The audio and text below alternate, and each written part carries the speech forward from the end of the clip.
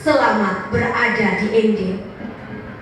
Karena menolak kebejawanan di ND, Belanda tidak menyediakan rumah. Maka Soekarno bersama keluarga diizinkan menginap sementara di ruang pemeriksaan sampai ia menemukan rumah tinggal yang layak. Namun dengan syarat di pagi hari harus dibersihkan karena sesuatu ruangan itu akan digunakan.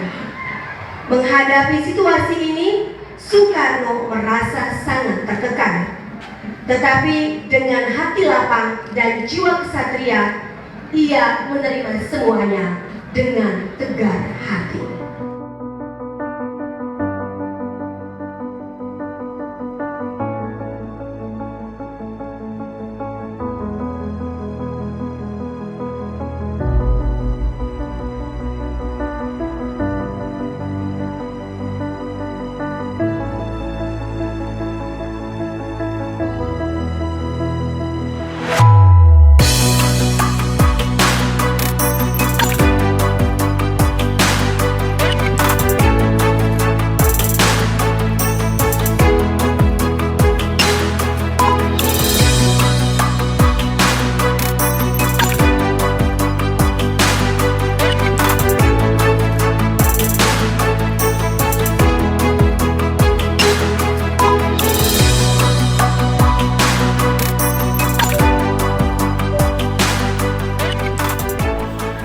Jika di Jakarta atau di Batavia, di mana Bung Karno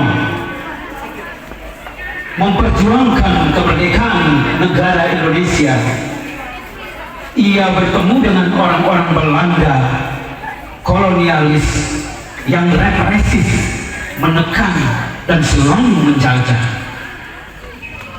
dan mereka selalu membuat Bung Karno untuk mati akal. Tetapi Soekarno dengan pergerakan revolusinya, ia membentuk sebuah partai yang membuatnya diasingkan ke ND. Di sini Bung Karno bertemu dengan orang Belanda yang menjadi misionaris. Teman dekatnya yaitu Pater Gradus Henjin yang menjadi pastor paroki pertama di katedral ini. Bung Karno konon juga berteman dengan Pater Bomang SPD yang menjadi pemimpin Serikat Sabda Allah di Flores, orang yang sangat berpengaruh.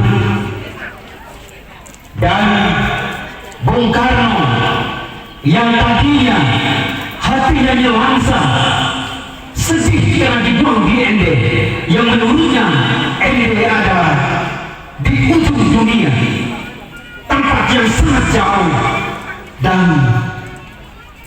ND mungkin akan menghancurkan idealismenya untuk memerdekakan republik ini.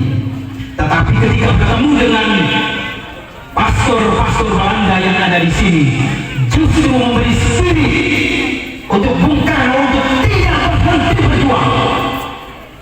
Jika di Jakarta atau di Batavia ia memperjuangkan secara fisik bagaimana memerdekakan Indonesia, tetapi di tangan ND ini Bung Karno justru menemukan bagaimana membangun negara Indonesia di atas fondasi yang kokoh, yakni Pancasila.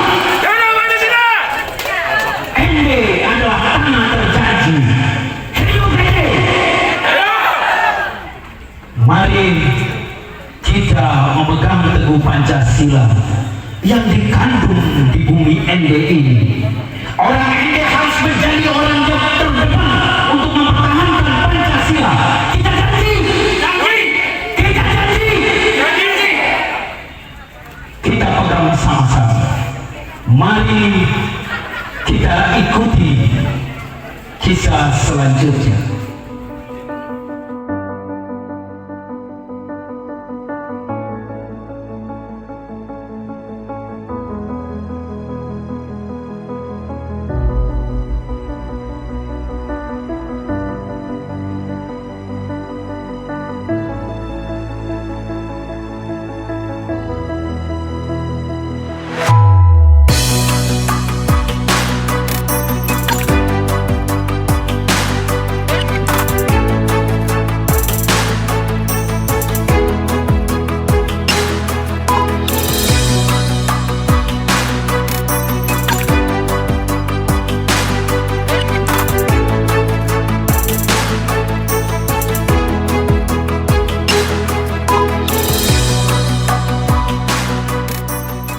12 Oktober, Ibu Amsi wafat.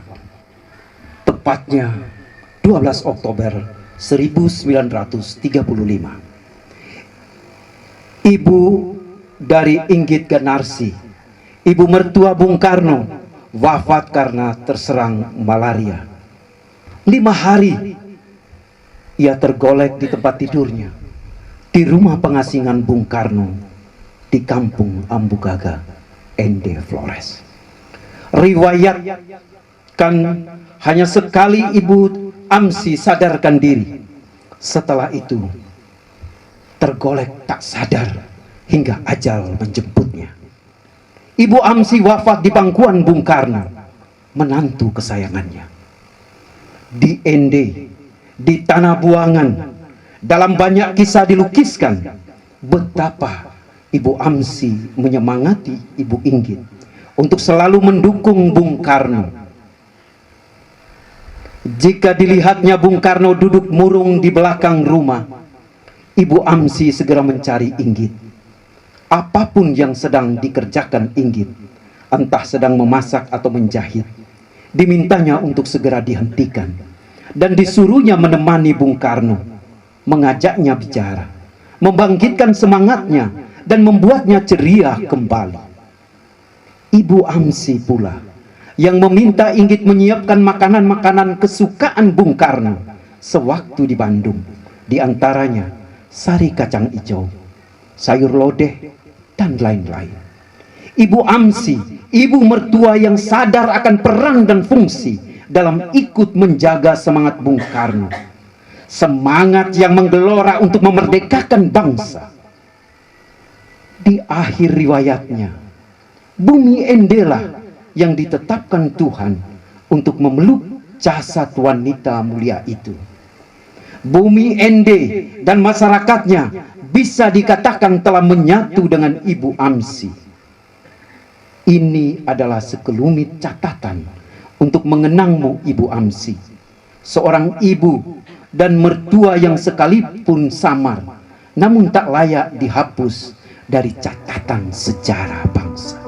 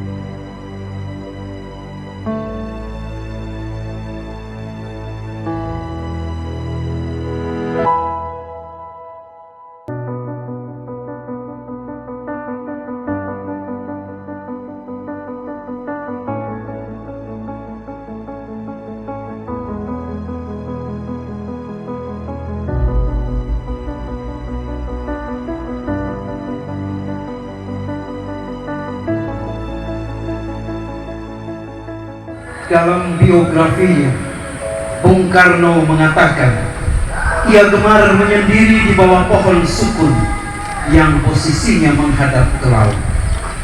Di bawah pohon sukun itulah Bung Karno kemudian merumuskan cikal bakal falsafah negeri yang di kemudian hari kita kenal dengan Pancasila.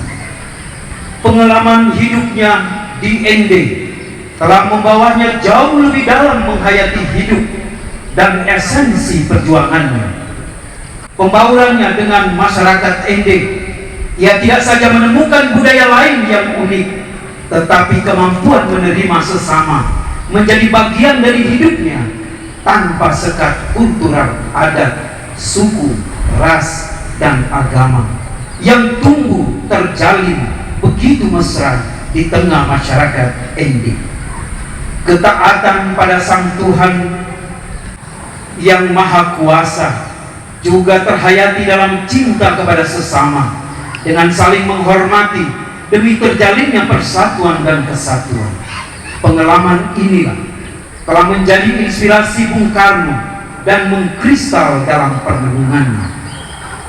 Di ND, Bung Karno seakan bermetamorfosis dari seorang politikus yang sibuk dengan PNI menjadi seorang negarawan yang memikirkan masa depan bangsa. Dari seorang aktivis politik menjadi seorang pemikir tentang dasar negara yang akan merdeka. Dari hidup pusat kolonial di Jawa ke pengalaman tentang Timur Jawa, dari Hindia Belanda. Dari seorang yang terobsesi dengan trilogi nasionalisme, Islamisme, dan Marxisme ke Pancasila sebagai falsafah negara yang lebih universal, yang konon lahir di bawah naungan pohon sukun di ND ini. Hari ini kita telah mengenangnya kembali dalam napak tilas yang barangkali tidak dapat merekonstruksi kembali sejarah secara utuh keberadaan Bung Karno di ND tempo dulu. Tapi dari kepingan-kepingan sejarah yang ditinggalkan Bung Karno, kita belajar menyatukan semangat yang menggelora cinta akan Indonesia. Indonesia satu dalam perbedaan, sejahtera dalam kebersamaan, dan harmonis dalam keberagaman. Dari ND, mutiara fondasi bangsa ini digali untuk Indonesia. Oleh karenanya, bagi kita tidak ada kata lain jika aku ND, aku Indonesia, dan pasti aku Pancasila. Hari ini kita tidak hanya mengenangnya, tetapi juga memaknai jasa-jasa Bung Karno, bahwa martabat dan kehormatan Bung Karno sebagai pejuang, proklamator kemerdekaan, peletak dasar falsafah negara Pancasila, dan Presiden pertama Republik Indonesia harus dihargai.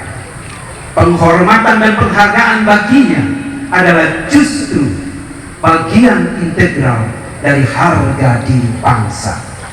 Menjunjung tinggi martabat serta peran sejarah beliau sebagai founding father adalah wujud dari keberadaban negara.